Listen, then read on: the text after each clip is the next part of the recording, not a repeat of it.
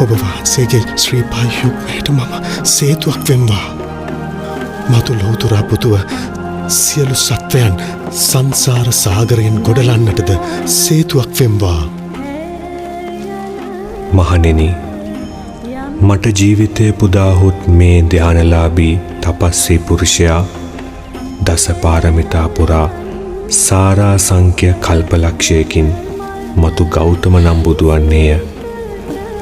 යශෝදරා නම් කුමරිය අගමෙහෙසොන් වෙයි. රාහුල නම් කුමරා පුතු වෙයි. ඒ යශෝදරා මම වෙම්වා.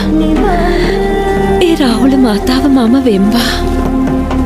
පාරමිතා පූර්ණයට අනුබල දෙමින් බුද්ධත්වයේ දක්වා ආත්මයක් පාසා සංසාරය ඇවිද යන්නට විවරණ ලබම්වා.